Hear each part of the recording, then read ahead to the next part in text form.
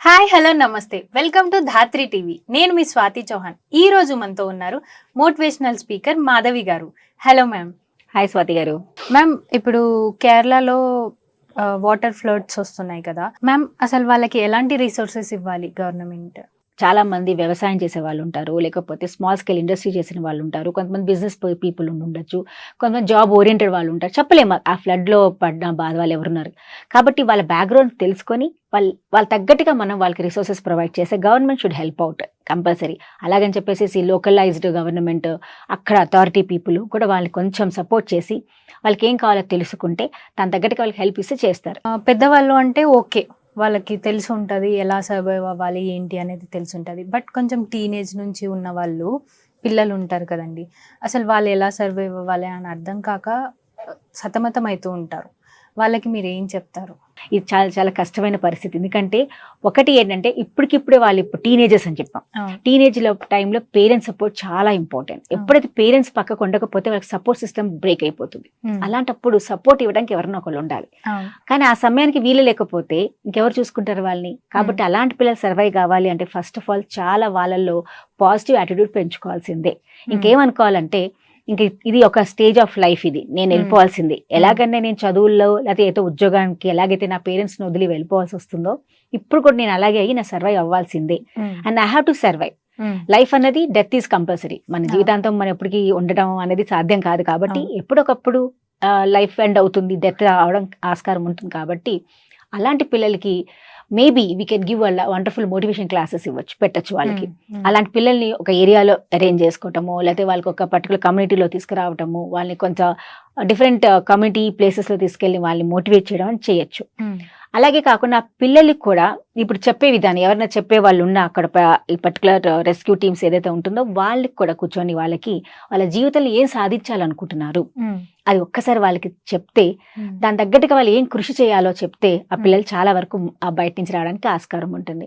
But అదే కానీ వాళ్ళు అదే పెయిన్లో ఉండి మనం కూర్చోబెట్టి అరే మీకు ఈ లాస్ అయిపోయింది మీరు ఏం చెయ్యలేరు అలాంటివి కాకుండా ఇప్పుడు దాకా వాళ్ళ జీవితంలో ఏం చేశారు, ఏం సాధిద్దాం అనుకుంటున్నారు. ఎందుకంటే మనం జీవితం పుట్టింది ఏదో సాధించడానికి, ఎందుకు వచ్చాం ఇక్కడికి, ఏదైనా ఇవ్వడానికి వచ్చాం. కాబట్టి so let them make them, ఆ పిల్లలకి పాజిటివ్ యాటిట్యూడ్ పెంచండి. పెంచినప్పుడు గ్యారెంటీలో అలా మార్పు వస్తుంది. అది చెప్పే ప్రతి ఒక్క మాటలు వాళ్ళలో మార్పు తీసుకొచ్చేటట్టుగా ఉండాలి. నేను చాలా వరకు మన మీడియాస్ ఏం చేస్తారంటే ఆ పర్టికులర్ ప్రాబ్లమ్ని ఎక్కువగా ఫోకసింగ్ చేస్తూ ఉంటారు. అప్పుడు ఆ పిల్లలకి ఏమవుతుంది, వాళ్ళకున్న ప్రాబ్లం అప్పటిదాకా బాధపడుతూ ఉంటారు, కానీ అది చూపించినప్పుడు ఇంకా చాలా లో అవుతారు.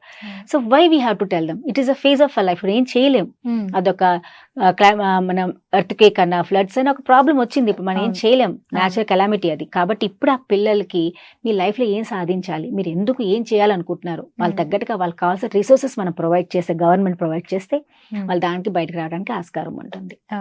అది కాకుండా ఆ పర్టికులర్ మీరు అన్నారు teenagers, naturally they have something in their mind. మామూలుగా అయితే లేరు, వాళ్ళకి ఒక స్కోప్ లోనే ఉండుంటారు, వాళ్ళకి తెలిసి ఏం చేయాలి జీవితంలో. ఈ మధ్య పిల్లలు చాలా చాలా ఇంటెలిజెంట్ కాబట్టి they know what have to do.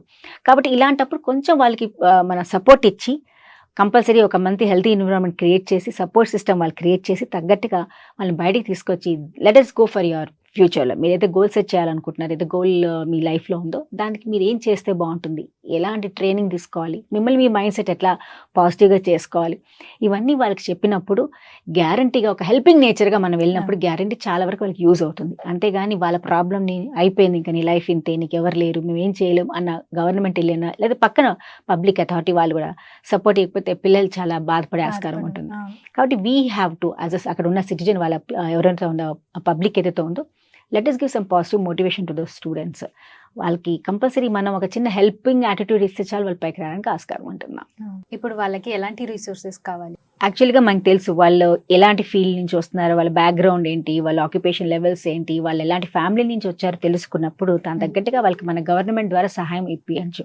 అంటే వాళ్ళకి ఏదైనా లోన్ సిస్టమ్, బ్యాంక్ నుంచి ఏదైనా లోన్ ఇప్పించి వాళ్ళకి కావాల్సిన చిన్న చిన్న బిజినెస్ స్టార్ట్ చేయించచ్చు, వాళ్ళకి ఇన్వెస్ట్మెంట్ ప్లాన్స్ ఇవ్వచ్చు వాళ్ళకి. ఎందుకంటే ఇప్పుడు ఉన్న కండిషన్ గ్యారంటీ గవర్నమెంట్ కంపల్సరీ వాళ్ళకి రెస్క్యూకి కొంచెం మనీ ఇవ్వడం జరుగుతుంది. కాబట్టి ఆ మనీని వాళ్ళు ఎలా యూటిలైజ్ చేసుకుంటూ వాళ్ళ లైఫ్ని ఎలా వాళ్ళు ముందుకు తీసుకెళ్లొచ్చు, వాళ్ళు చదువుకునే వాళ్ళతో చదువుకోవడానికి ఎలాంటి ప్రాసెస్ మనం క్రియేట్ చేయొచ్చు, ఇవన్నీ కూడా మనం ఒకసారి ప్లాన్ చేయిస్తే గవర్నమెంట్ ద్వారానా లేదా పబ్లిక్ అథారిటీ వాళ్ళనా, పబ్లిక్ ఎవరైతే మెయిన్ అథారిటీ పీపుల్స్ ఉంటారో లోకల్ పీపుల్ వాళ్ళందరితో మనం ఒకసారి వాళ్ళతో ప్లానింగ్ చేసినప్పుడు కంపల్సరీ ఈ పర్టికులర్ పిల్లలు, టీనేజ్ పిల్లలు ఎవరైతే బాధపడుతున్నారో, ఎవరికైతే పేరెంట్స్ లేరో, ఏం చేయాలో తెలియట్లేదు, అలాంటి వాళ్ళకి కొంచెం మనం సహాయం చేసినప్పుడు guarantee not in the fame అంటే ఊరికి కూర్చోపెట్టి వాళ్ళకి ఫుడ్ పెట్టడం అది ఇంపార్టెంట్ కాదు వాళ్ళకి. Because every one need to వాళ్ళు సంపాదించుకోవాలి, వాళ్ళ జీవితంలో ఏదైనా తినాలి అంటే వాళ్ళు సంపాదించుకోవాలి. అంతే ఫ్రీగా ఇస్తే వాళ్ళ జీవితం అంతా ఫ్రీగా అయిపోతుంది. అలా కాకుండా ఎలా కష్టపడాలి నేర్పించాలి. కాబట్టి వాళ్ళకి ఏ బిజినెస్ చేద్దాం అనుకుంటున్నారు, ఏం చదువుకోవాలనుకుంటున్నారు, దాని తగ్గట్టుగా మన గవర్నమెంట్ ద్వారా ఒక helping in the form of loan or any another investment ఏదైనా మనకు ప్రొవైడ్ చేస్తే